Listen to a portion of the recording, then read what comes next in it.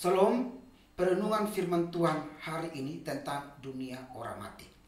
Mazmur 39 ayat 5. Ya Tuhan, beritahukanlah ajalku kepadaku, supaya aku mengetahui betapa fananya aku. Saudara, manusia sebenarnya memiliki 3 fase kehidupan. Fase pertama adalah manusia dalam kandungan, kita dalam kandungan. Pada fase inilah ketergantungan kita secara mutlak kepada ibu. Ibunya ke ladang? Ikut. Ibunya ke bioskop? Ikut. Ibunya ke diskotik? Ikut. Ibunya belanja? Ikut. Ibunya ke pasar? Ikut. Artinya, keberadaan ibu menentukan karakter, habits, kepribadian, bahkan kesuksesan dan masa depan anaknya. Apa yang dimakan oleh ibunya, itu juga dikonsumsi oleh bayinya. Nah, pada fase ini ketergantungan kita mutlak kepada ibu. Fase kedua adalah fase sekarang kita lahir. Kita ada. Ada orang yang diberikan Tuhan 100 tahun.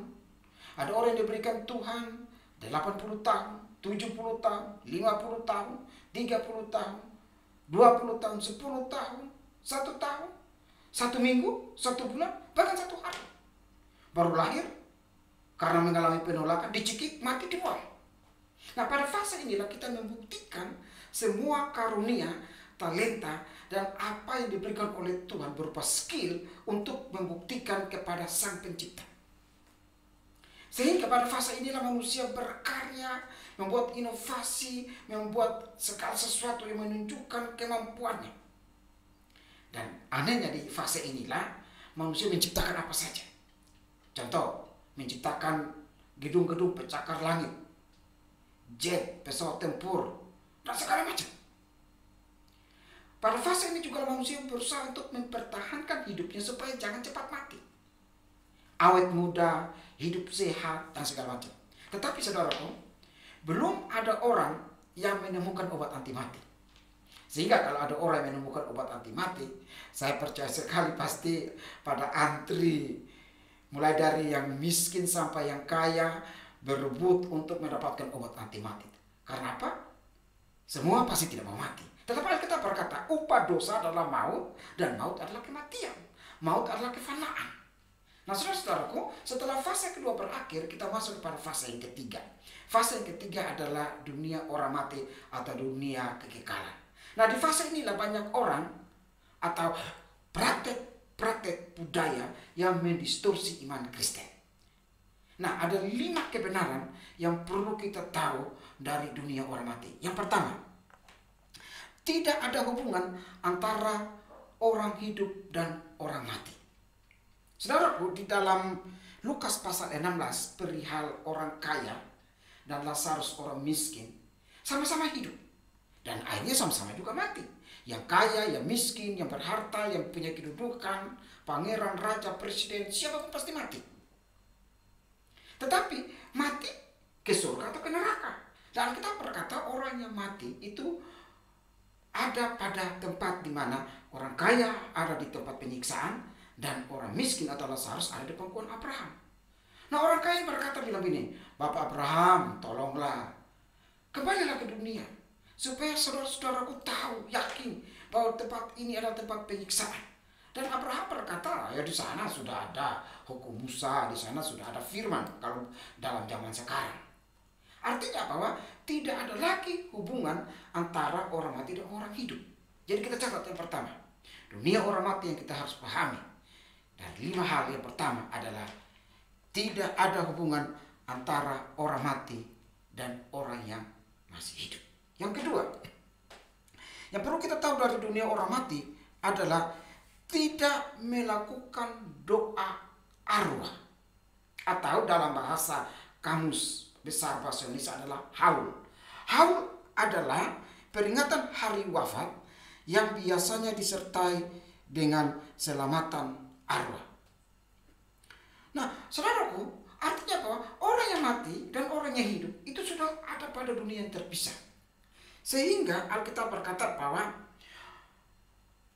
orang yang mati itu menunggu sampai nafiri berbunyi, sangkakala Allah dinyanyikan, lalu Kristus turun dari surga bersama dengan orang-orang kudus, lalu kita yang mati dalam Kristus itu bangkit. Sehingga di dalam Yohanes 11 ayat 11 tatkala Yesus pergi kepada Lazarus, Yesus bilang Lazarus itu tidur. Oleh karena itu di kuburan orang Kristen biasa ditulis rest in peace, beristirahat dengan tenang. Apa itu rest in peace? Artinya beristirahat sampai Kristus menjemputnya. Jadi saudaraku, yang kedua yang perlu dipahami di sini adalah tidak melakukan haul atau mendoakan orang mati. Yang ketiga yang perlu kita tahu dari dunia orang mati adalah melakukan atau bergaul dan bertanya kepada arwah. Tidak perlu bertanya, karena dunia orang mati tidak bisa menolong apa-apa. Ulangan 18 ayat 11 sampai 12 bilang begini. Seorang pemantra ataupun seorang yang bertanya kepada arwah, ingat, seorang pemantra dan seorang yang bertanya kepada arwah atau kepada roh peramal atau yang meminta petunjuk kepada orang-orang mati, sebab setiap orang yang melakukan hal ini adalah kekejian bagi Tuhan. Jadi yang ketiga adalah tidak perlu bertanya kepada arwah. Mereka tidak punya telinga. Kubur yang isinya tulang belulang itu tidak ada lagi bapak yang dikuburkan, anak yang dikuburkan, nenek yang dikuburkan, atau orang atau pembesar, orang kaya, orang miskin dikuburkan dalam kuburan itu tidak lagi bisa mendengar. Dia bagaikan telinga yang tidak mendengar, dia bagaikan mata yang tidak melihat, bahkan pikiran yang tidak lagi memikirkan, karena semua sudah stop, lenyap, berhenti. Yang keempat yang perlu kita tahu dari dunia orang mati adalah membuat kuburan yang indah dan menghormatinya. Saudaraku, ada beberapa praktek budaya di kampung saya. Biasanya kuburannya itu dibuat yang indah, dikerami, dikasih bunga, dibuat yang indah, dikasih atap, lalu dibersihkan. Nanti biasanya pagi atau sore atau hari raya tertentu membawa sesajen, berdoa di situ, meminta naik pangkat, kekayaan, jodoh, pertolongan. Orang yang mati itu sudah tidak ada lagi di situ.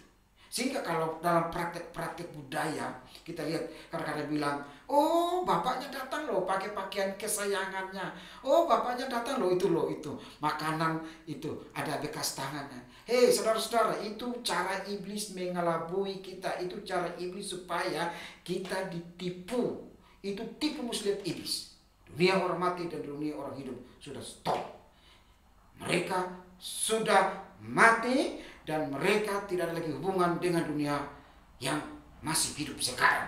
Nah, oleh karena itu Bapak Ibu diberkati oleh Tuhan, artinya bahwa mereka tidak tinggal dalam kuburan. Rohnya sudah kembali kepada pencipta. Rohnya sudah kembali kepada si pemberi kehidupan. Kalau dia percaya Yesus, surga. Kalau dia tidak percaya Yesus, ada di Seol atau ada di Hades. Yang kelima yang perlu kita tahu dari dunia orang mati adalah tidak meminta berkat kepada mereka. Nah, saudaraku, dalam 10 hukum Taurat atau 10 Commandment, pada hukum tentang membuat patung menyerupai apapun di langit, di bawah bumi, dan segala macam, itu tidak boleh. Artinya, Tuhan yang kita percaya itu bukanlah Allah yang bisa dilokuskan, bisa diisolasi pada sebuah tempat. Demikian juga itu yang dilarang oleh Tuhan, bahwa tidak ada arwah yang bisa ada di dalam patung yang bisa mewakili orang yang hidup. Nah, dengan kata lain bahwa orang yang hidup itu tidak bisa lagi memasuki sebuah benda. Yang bisa memasuki sebuah benda adalah iblis. Contoh, ada di pohon lalu membuat orang gemetaran. Orang datang membawa sesajen, ada di batu, ada di kuburan, ada di figura, ada di rumah yang kosong, ada di sesuatu tempat yang dianggap angker. Itulah cara iblis. Itulah cara iblis. Orang yang mati tidak ada di situ. Orang yang mati tidak tinggal di situ, tapi orang yang mati sudah ada pada keabadian. Nah, Oleh karena itu Bapak Ibu diberkati oleh Tuhan, dari 5 hal ini tentang dunia orang mati. Yang pertama adalah kita tidak boleh berpikir bahwa ada hubungan antara dunia orang mati dan orang hidup. Sudah stop, sudah putus, sudah terbatas dan tidak lagi ada hubungan. Dan yang kedua adalah tidak boleh melakukan doa atau haul. Yang ketiga adalah tidak boleh bertanya kepada arwah karena mereka tidak bisa menolong apa-apa. Yang keempat adalah tidak boleh membuat kuburan yang indah dan menghormatinya. Sekedar memorial tidak salah, tetapi datang meminta sesajen, membawa sesajen, datang meminta berkat tidak boleh. Dan yang kelima adalah tidak boleh meminta berkat kepada mereka. Mereka bukan sumber berkat, yang sumber berkat adalah Tuhan. Nah, mengakhiri apa yang saya katakan tentang dunia orang mati, ada sebuah cerita begini. Ada seorang cucu atau seorang anak mau ujian. Lalu datanglah dia sama bapak mamanya ke kuburan kakeknya. Lalu bapak dan mamanya bilang begini, Pak, opung, kakek, besok cucumu mau ujian, tolong dibantu ya. Lalu tiba-tiba ada suara dari kuburan bilang begini, Cuk, besok ujian apa? Ujian bahasa Inggris. Lalu cucunya bilang begini, Opung, besok bantu cucu ya, biar cucu bisa kerja dapat 100. Lalu opungnya bilang begini, kakeknya bilang begini, mohon maaf cucu ya, dulu opung waktu masih hidup, opung tidak belajar bahasa Inggris. Ke luar negeri pun kagak. Jadi opung gak tahu bahasa Inggris. Lalu cucunya bilang begini, nah kalau begitu opung gak bisa bantu deh.